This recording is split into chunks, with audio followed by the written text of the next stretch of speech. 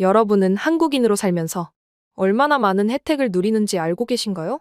미국에서는 한국 여권을 10억이라도 주고 사겠다고 말한다는데 이런 소리를 들으면 괜히 그 정도는 아니지 하고 생각하실 겁니다.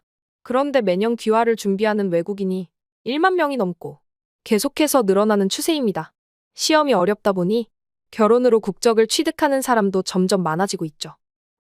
오늘 이야기의 주인공은 한국에 정착하고 싶었던 우즈베키스탄의 한 여성입니다. 아름다운 외모 덕분에 결혼을 통한 국적 취득이 훨씬 쉬웠을 텐데도 그녀는 당차게 선언합니다. 저는 제 힘으로 한국인이 되고 싶어요.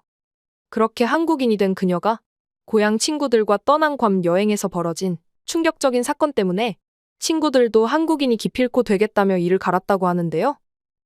도대체 공항에서 무슨 일이 일어났기에 이런 일이 벌어진 걸까요? 지금 함께 들어보시죠. 우즈베키스탄에서 태어난 제 이름은 자밀라입니다. 저는 항상 조용한 사람이었어요. 어릴 때부터 시끄러운 자리보다는 책이나 음악과 함께하는 시간이 좋았습니다. 하지만 제 외모는 제 성격과 달랐어요. 우즈베키스탄에서도 저는 혼혈처럼 보인다는 말을 자주 들었습니다. 큰 눈과 뚜렷한 이목구비 때문에 지나가는 사람들이 자꾸 쳐다봤어요. 학교에서도 친구들은 제 얼굴을 신기하게 바라봤습니다. 자밀라, 너는 어디서 온 거야? 여기서 태어났는데요. 그럴 리가 없잖아. 너무 예쁘고 이국적이잖아. 어린 시절부터 이런 질문에 지쳐 있었어요. 가끔은 그저 평범하게 살고 싶었습니다. 시선을 피해 혼자 있을 때가 많았고 그런 시간에 한국 드라마를 발견했어요. 드라마 속 서울은 번쩍이는 도시였고 사람들은 세련되었습니다. 가장 인상 깊었던 것은 모든 것이 질서정연하게 돌아가는 모습이었어요. 아버지는 제가 16살 때 한국에서 1년간 근무한 적이 있었습니다. 돌아오신 아버지는 한국에 대한 이야기를 자주 해주셨어요. 자밀라, 한국은 질서가 명확한 나라란다. 약속 시간에 늦는 사람이 거의 없고 모든 일이 계획대로 진행돼. 길도 깨끗하고 사람들은 자기 일에 책임감이 강해. 아버지의 이야기는 제게 깊은 인상을 남겼습니다. 특히 질서라는 단어가 마음에 와닿았어요. 우리 동네는 늘 시끄럽고 무질서했습니다. 버스는 제 시간에 오지 않았고 약속 시간은 그저 참고사항일 뿐이었어요. 한국은 다른 세계처럼 느껴졌습니다. 고등학교를 졸업하고 진로를 고민하던 중 저는 간호조무사 과정을 알게 되었어요. 우즈베키스탄에서 배워서 한국으로 취업할 수 있다는 정보를 들었습니다. 그것은 제게 새로운 삶의 기회로 다가왔어요. 밤마다 한국어를 독학했고 드라마를 통해 문화도 익혔습니다. 2년간의 준비 끝에 저는 마침내 한국행 비행기 티켓을 손에 쥐었어요.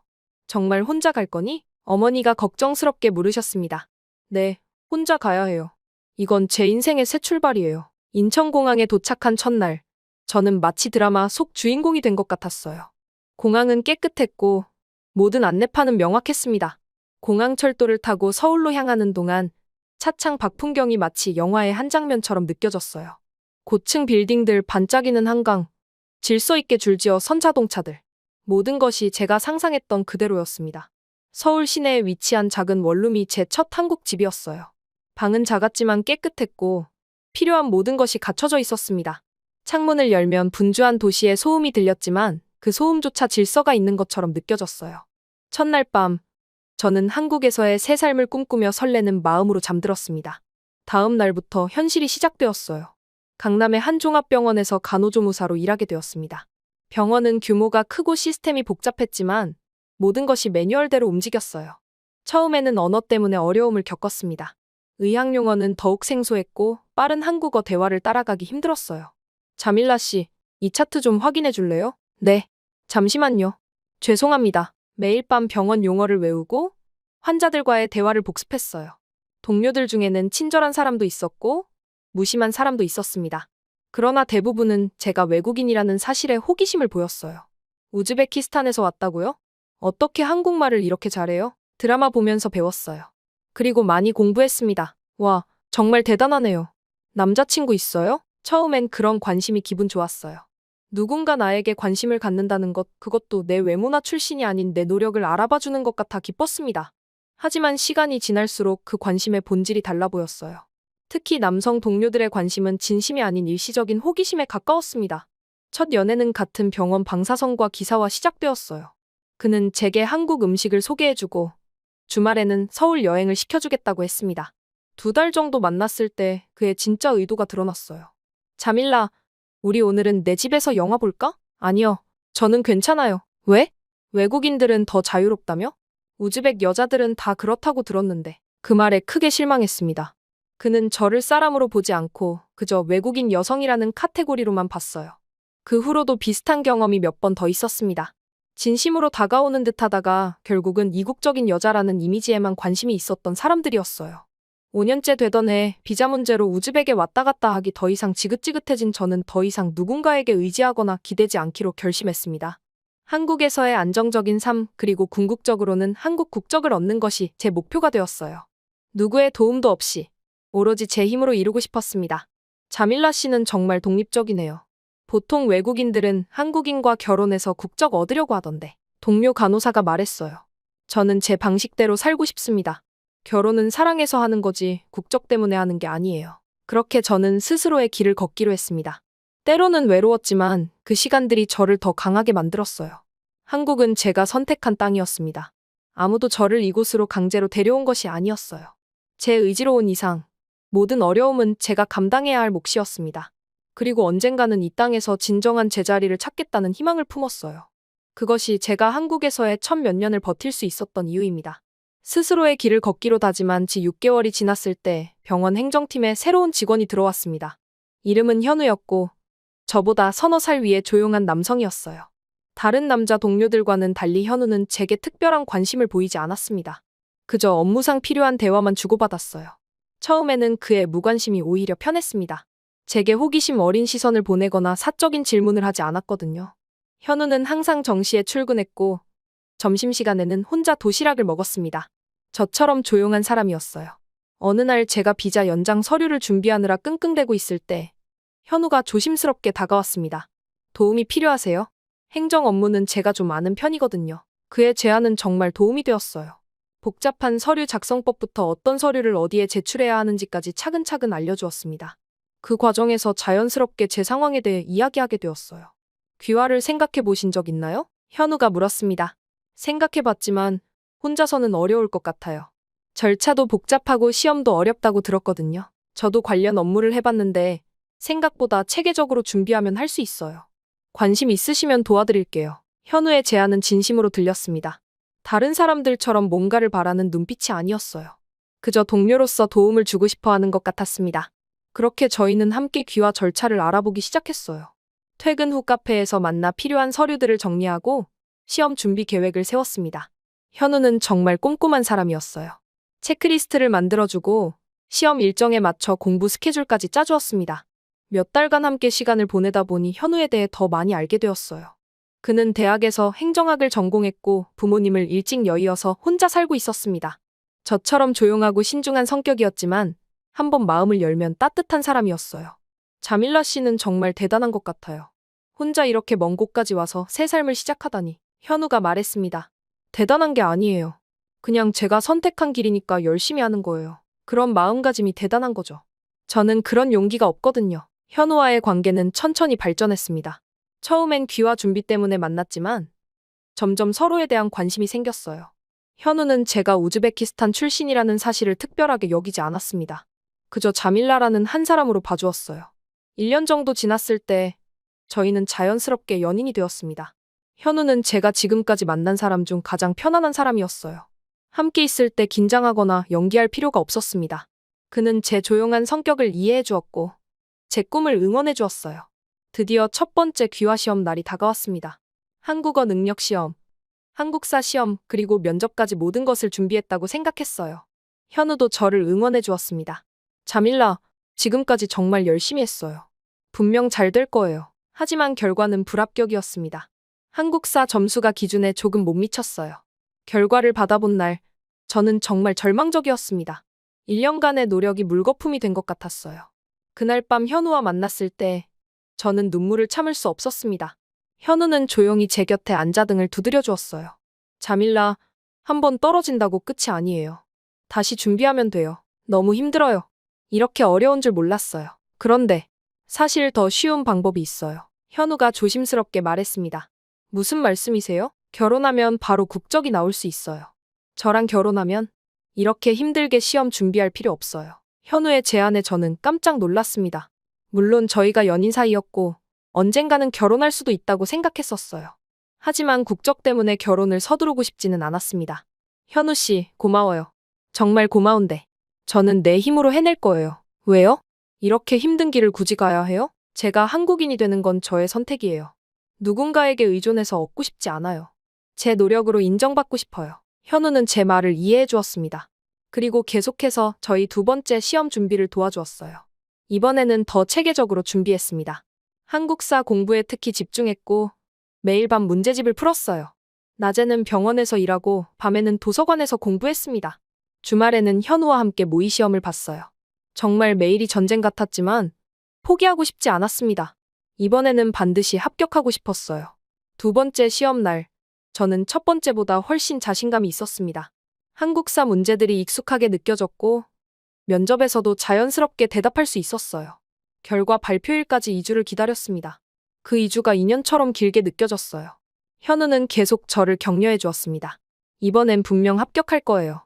자밀라가 얼마나 열심히 했는지 제가 다 봤거든요. 드디어 결과 발표 날, 저는 떨리는 손으로 인터넷 사이트에 접속했습니다. 제 수험 번호를 입력하고 조회 버튼을 눌렀어요. 화면에 합격이라는 글자가 떴을 때 저는 믿을 수 없었습니다. 합격했어요. 정말 합격했어요. 저는 병원 복도에서 소리를 질렀습니다. 그 순간 눈물이 터져 나왔어요. 지난 2년간의 모든 노력과 힘든 시간들이 떠올랐습니다. 동료들이 저를 축하해 주었고 현우는 조용히 미소를 지으며 박수를 쳐주었어요. 자밀라, 정말 축하해요. 당신이 해냈어요. 그날 저는 처음으로 내가 이 나라에 받아들여졌구나라는 실감이 들었습니다. 한국 국적을 얻는다는 것은 단순히 신분이 바뀌는 것이 아니었어요. 제가 이 사회의 정식 구성원으로 인정받는다는 의미였습니다. 국적을 취득한 후 처음으로 한국 여권을 발급받았을 때의 기분은 정말 특별했어요. 검은색 표지에 대한민국이라고 적힌 여권을 보니 제가 진짜 한국인이 된 것 같았습니다. 그 후 3년 동안 저는 여러 나라를 여행했어요. 일본, 베트남, 체코, 말레이시아. 어디를 가든 한국 여권 덕분에 입국이 쉬웠습니다. 비자 없이 갈 수 있는 나라들이 많았고 입국 심사도 빠르게 끝났어요. 가장 기억에 남는 것은 프라하 공항에서 있었던 일입니다.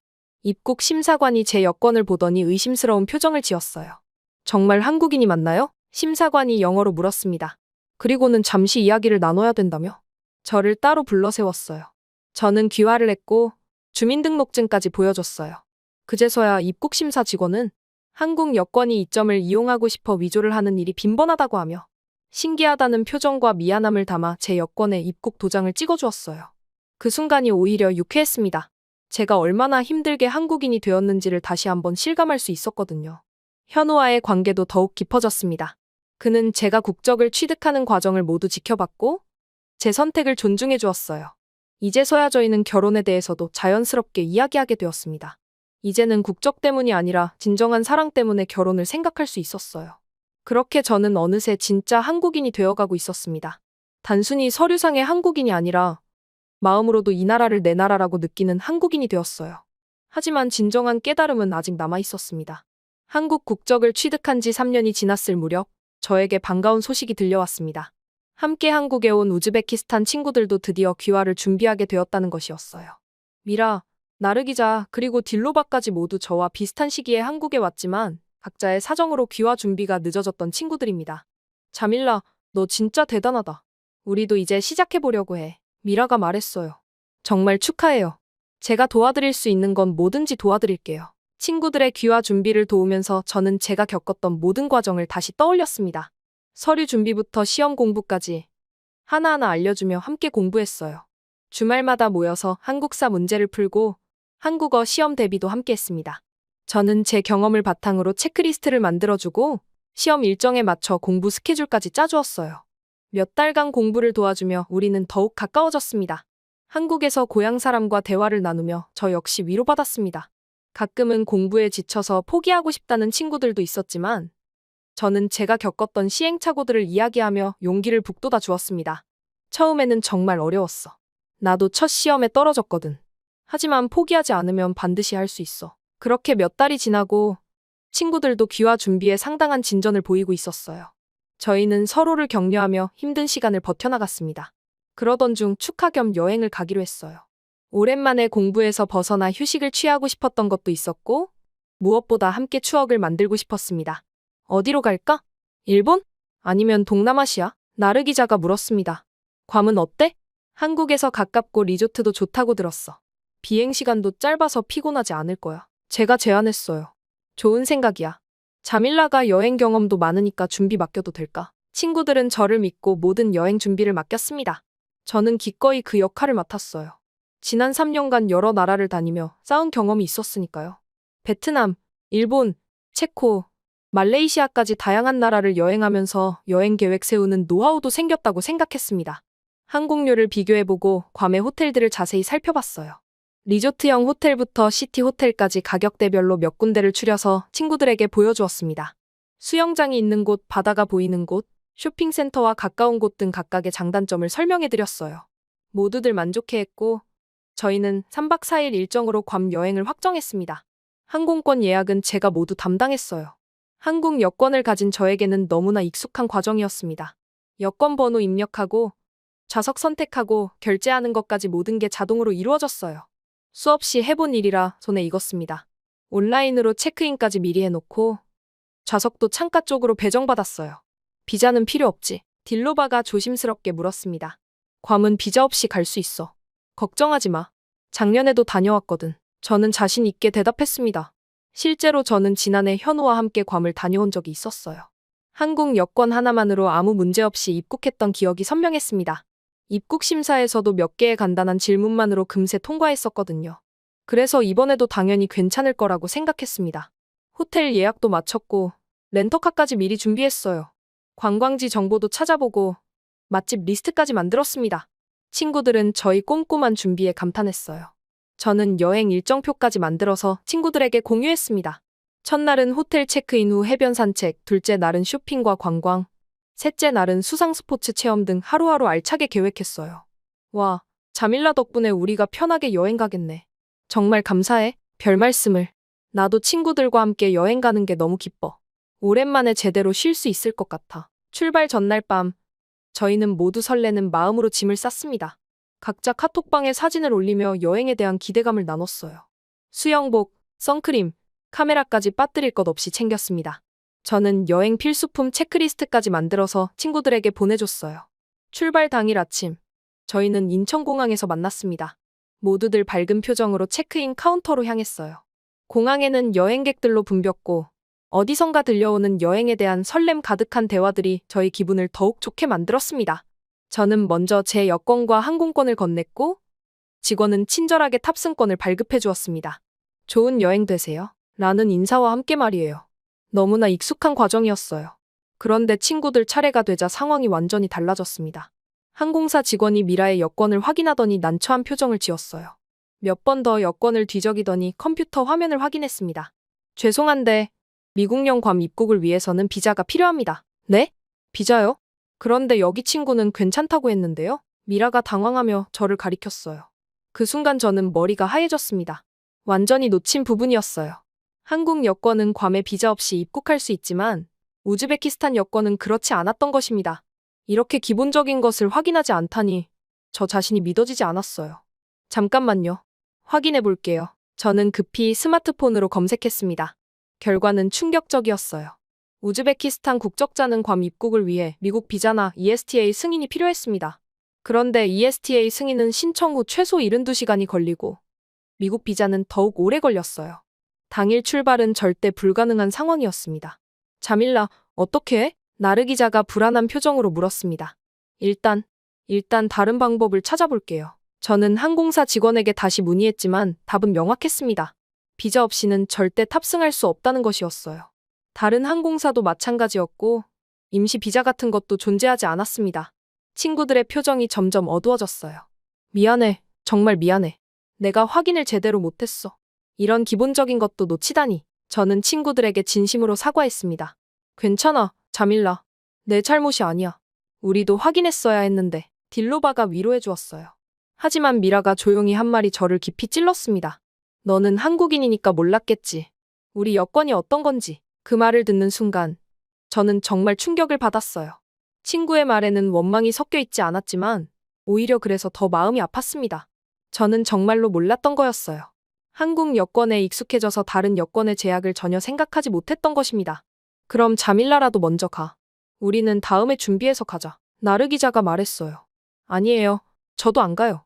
함께 가려고 했던 건데. 괜찮아. 호텔비랑 항공비 아까우니까 가 있어.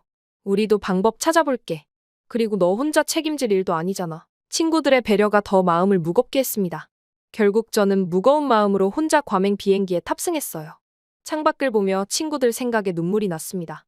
공항에 남겨두고 온 친구들의 실망한 얼굴이 계속 떠올랐어요. 비행기 안에서도 저는 계속 자책했습니다.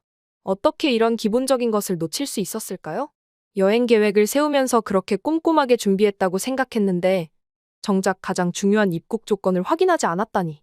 친구들이 저를 믿고 모든 걸 맡겼는데 그 믿음을 저버린 것 같아 너무 미안했어요. 괌에 도착했을 때의 기분은 정말 복잡했습니다. 아름다운 바다와 야자수가 저를 맞이했지만 전혀 기쁘지 않았어요. 입국 심사에서도 한국 여권 덕분에 금세 통과했지만 그 편리함이 오히려 씁쓸하게 느껴졌습니다. 호텔에 체크인하고 방에 들어가자마자 친구들에게 사과 메시지를 보냈어요. 혼자 괌에서 보낸 시간은 정말 괴로웠습니다. 아무것도 할 수 없었어요. 아름다운 선셋도 맛있는 음식도 모두 무의미했습니다. 친구들과 함께 보내려고 했던 시간들이 자꾸 떠올랐어요. 미리 만들어둔 여행 일정표를 보니 더욱 마음이 아팠습니다. 해변에 혼자 앉아 있으면서 저는 많은 생각을 했어요. 지금까지 제가 당연하게 생각했던 모든 것들이 사실은 특권이었다는 것을 깨달았습니다. 한국 여권으로 자유롭게 여행할 수 있는 것, 비자 걱정 없이 항공권을 예약할 수 있는 것, 입국 심사에서 빠르게 통과할 수 있는 것까지 말이에요. 저는 스마트폰으로 여러 나라의 비자 정책을 찾아봤어요. 한국 여권으로는 190개국 정도를 비자 없이 방문할 수 있지만 우즈베키스탄 여권으로는 60개국 정도밖에 안 되었습니다. 이런 엄청난 차이를 저는 전혀 모르고 있었어요. 공항에서의 그 순간들이 계속 떠올랐습니다. 친구들이 당황해하던 모습, 항공사 직원의 난처한 표정, 그리고 미라의 그 말. 너는 한국인이니까 몰랐겠지. 그 말의 의미가 이제야 와닿았어요. 저는 정말로 한국인이 되어 있었습니다. 하지만 그게 좋은 의미에서만은 아니었어요. 한국인의 특권에 익숙해져서 다른 사람들의 어려움을 잊고 있었던 것입니다. 호텔 방에서 혼자 밤을 지새우며 저는 깊이 반성했어요. 제가 얼마나 안일했는지, 얼마나 특권을 당연하게 여겼는지 깨달았습니다. 친구들을 실망시킨 것도 마음 아팠지만 무엇보다 제 자신의 무감각함이 너무 한심했어요. 저는 잠이 오지 않아 친구들에게 긴 메시지를 보냈어요. 진심 어린 사과와 함께 앞으로는 절대 이런 실수를 하지 않겠다는 다짐을 전했습니다. 그리고 이번 일을 통해 제가 배운 것들도 솔직하게 털어놓았어요. 그런데 놀라운 일이 일어났습니다. 친구들이 급하게 ESTA 신청을 했는데 길게는 72시간이 걸린다던 승인이 하루 만에 나온 거예요. 미라가 문자에 흥분한 걸 느낄 수 있었어요. 자밀라, ESTA 승인 났어. 다행이야. 우리 내일 괌 가는 비행기 타. 정말요? 어떻게 그렇게 빨리? 모르겠어. 운이 좋았나 봐. 긴급 처리 같은 게 있나 봐. 어쨌든 우리 내일 가. 저는 정말 기뻤어요. 혼자 괌에서 보낸 하루 동안 깨달은 것들이 많았지만 그래도 친구들과 함께 시간을 보낼 수 있다는 것이 너무 좋았습니다. 처음으로 내가 가진 여권은 내가 얻은 모든 건 그냥 주어진 게 아니었구나라는 자각이 찾아왔습니다. 한국인이 되는 것은 단순히 편의를 얻는 것이 아니라 그 무게를 감당하는 것이라는 걸 배웠어요. 그리고 그 무게를 제대로 이해하지 못했던 제 자신을 깊이 반성했습니다. 다음 날 오후 괌 공항에서 친구들을 기다리는 동안 저는 정말 떨렸어요. 어떤 표정으로 마주해야 할지, 뭐라고 말해야 할지 계속 생각했습니다. 제가 저지른 실수 때문에 친구들이 하루를 허비했고 급하게 ESTA 신청까지 해야 했던 것이 너무 미안했어요. 드디어 친구들이 도착 게이트로 나왔을 때 분위기는 예상했던 것보다 더 어색했습니다. 평소 같으면 서로 안으면서 반가워했을 텐데 이번엔 그냥 어색한 미소만 주고받았어요. 미라는 저를 보자마자 복잡한 표정을 지었고 나르 기자와 딜로바도 평소보다 조심스러운 모습이었습니다. 미안해요. 정말 미안해요. 저는 진심을 담아 고개를 숙였어요. 괜찮다고 했잖아. 이제 왔으니까 재미있게 놀자. 딜로바가 말했지만 목소리에는 여전히 어색함이 남아있었습니다. 호텔로 가는 택시 안에서도 분위기는 무거웠어요. 평소 같으면 시끄럽게 떠들며 여행 계획을 이야기했을 텐데 이번엔 모두 창밖만 바라보고 있었습니다. 저는 그 침묵이 너무 견디기 어려웠어요. 호텔에 도착해서 체크인을 하는 동안에도 친구들은 여전히 서먹했습니다. 저는 미리 예약해둔 사인실에서 함께 지내려고 했는데 친구들이 따로 방을 잡겠다고 했어요. 아니야, 우리 원래 계획대로 함께 지내자. 그게 더 재미있을 것 같아. 제가 말했지만 친구들은 여전히 주저했습니다. 저는 그 순간 제가 얼마나 큰 실수를 했는지 다시 한번 깨달았어요. 단순히 비자 확인을 놓친 것이 아니라 친구들의 신뢰를 잃었다는 것을 느꼈습니다. 그날 저녁, 저는 친구들과 함께 호텔 근처 레스토랑에서 저녁을 먹었어요. 미리 알아둔 맛집이었지만 분위기는 여전히 어색했습니다. 음식을 시키고 기다리는 동안 저는 더 이상 참을 수 없었어요. 친구들, 정말 미안해요. 제가 너무 안일했어요.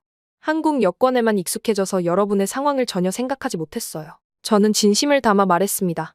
자밀라, 미라가 저를 바라봤어요. 어제 혼자 있으면서 정말 많이 생각했어. 한국인의 특권을 얼마나 당연하게 여겼는지. 정말 미안해. 그때 나르 기자가 조용히 말했습니다. 자밀라, 우리가 화난 건 내가 실수한 것 때문이 아니야. 그냥 내가 정말 한국인이 되었구나 하는 생각이 들어서 조금 서운했던 거야. 무슨 말이에요? 내가 어떻게 귀화했는지 우리가 다 봤잖아. 얼마나 힘들게 공부했는지, 얼마나 노력했는지 말이야.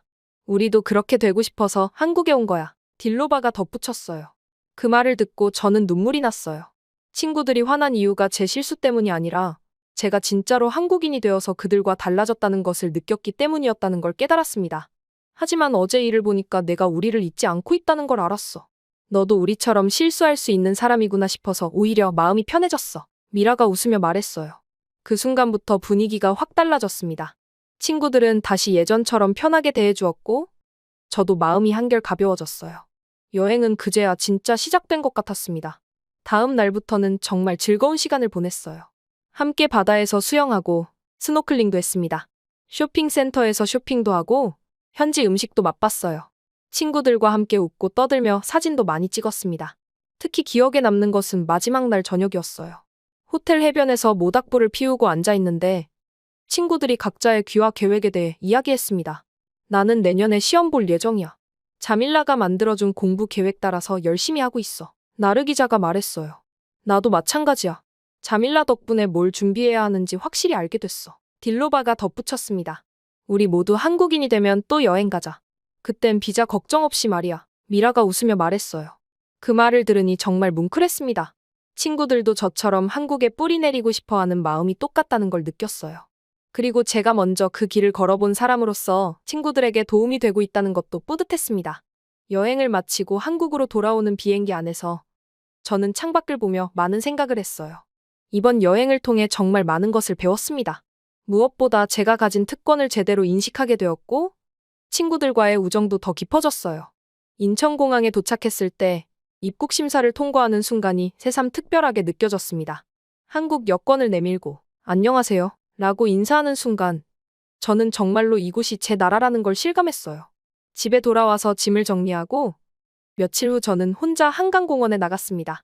반포대교가 보이는 벤치에 앉아 한강을 바라보며 처음 한국에 왔던 날을 떠올렸어요. 벌써 10년 전 인천공항에 도착했던 그날, 저는 정말 아무것도 모르는 상태였습니다. 한국어도 서툴렀고 문화도 낯설었어요. 무엇보다 이 땅에서 어떻게 살아가야 할지 막막했습니다. 첫 직장에서 겪었던 어려움들, 언어 때문에 힘들었던 순간들, 그리고 몇 번의 실망스러운 연애까지. 모든 것이 시행착오의 연속이었어요. 그때는 정말 포기하고 싶었던 적도 많았습니다. 하지만 현우를 만나고 귀화를 준비하면서 저는 점점 이 땅에 뿌리를 내리기 시작했어요. 한국어 시험을 준비하고 한국사를 공부하면서 이 나라의 역사와 문화를 더 깊이 이해하게 되었습니다. 첫 번째 시험에 떨어졌을 때의 절망감도 지금 생각하면 소중한 경험이었어요. 그 실패가 있었기에 더 열심히 공부할 수 있었고 결국 합격했을 때의 기쁨도 더 컸습니다. 합격 통지서를 받던 날 병원 복도에서 눈물을 흘렸던 그 순간이 떠올랐어요. 그때 처음으로 내가 이 나라에 받아들여졌구나라는 실감이 들었습니다. 그 후 3년간 여러 나라를 여행하며 한국 여권의 위력을 체감했던 경험들도 떠올랐어요. 일본에서, 베트남에서, 체코에서 어디를 가든 한국인이라는 신분이 주는 편의와 존중을 느꼈습니다. 프라하 공항에서 정말 한국인이 맞느냐? 는 질문을 받았을 때 저는 웃으며 귀화 시험 통과했거든요. 라고 대답했어요. 그 순간이 정말 자랑스러웠습니다. 하지만 이번 괌 여행을 통해 저는 더 중요한 것을 깨달았어요. 한국인이 된다는 것은 단순히 편의를 얻는 것이 아니라 그 무게를 감당하는 것이라는 걸 말입니다. 한강을 바라보며 저는 지금 제 손에 쥐고 있는 한국 여권을 꺼내보았어요.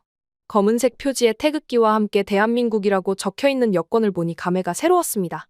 이 여권은 단지 종이 한 장이 아니었어요. 힘들었던 시간들, 좌절했던 순간들, 그리고 포기하지 않고 끝까지 버텨낸 노력들이 모두 이 한 권의 여권에 담겨 있었어요. 저는 더 이상 외국에서 온 누군가가 아니었습니다. 이 땅에 뿌리 내린 한국인 자밀라였어요. 물론 여전히 부족한 점도 많고 배워야 할 것도 많습니다. 하지만 이제는 확신할 수 있어요. 이곳이 제 나라라는 것을 말입니다. 친구들도 곧 저처럼 한국인이 될 것입니다. 그들이 겪게 될 어려움들을 저는 이미 경험했기 때문에 더 나은 조언을 해줄 수 있을 것 같아요. 그리고 함께 이 땅에서 뿌리 내린 한국인으로 살아갈 수 있을 것입니다. 해가 지고 한강의 야경이 아름답게 펼쳐질 때 저는 벤치에서 일어났어요. 집으로 돌아가는 길에 저는 다시 한번 다짐했습니다. 앞으로는 제가 가진 특권을 더 신중하게 사용하겠다고, 그리고 아직도 그 길을 걷고 있는 사람들을 잊지 않겠다고 말이에요. 현우에게 전화를 걸어 여행 이야기를 들려주었어요. 그는 제가 겪은 일들을 들으며 저와 함께 웃고 때로는 진지하게 조언해 주었습니다. 그리고 마지막에 이렇게 말했어요. 자밀라, 당신은 정말 멋진 한국인이 되었어요. 그 말을 들으니 정말 뿌듯했습니다. 저는 진짜 한국인이 되어 있었어요. 서류상으로만이 아니라 마음으로도 완전히 이 땅의 사람이 되었습니다. 이제 저는 현우와 결혼하려고 해요. 제가 우즈베키스탄 여성에서 한국 여성이 될 때까지 옆에서 묵묵히 지키고 기다려준 현우가 정말 고마워요. 요즘 출산율도 낮다고 말이 많은데 셋만 낳으려고요. 저를 받아준 한국 너무 고맙습니다. 그리고 제 이야기 끝까지 들어주셔서 감사합니다.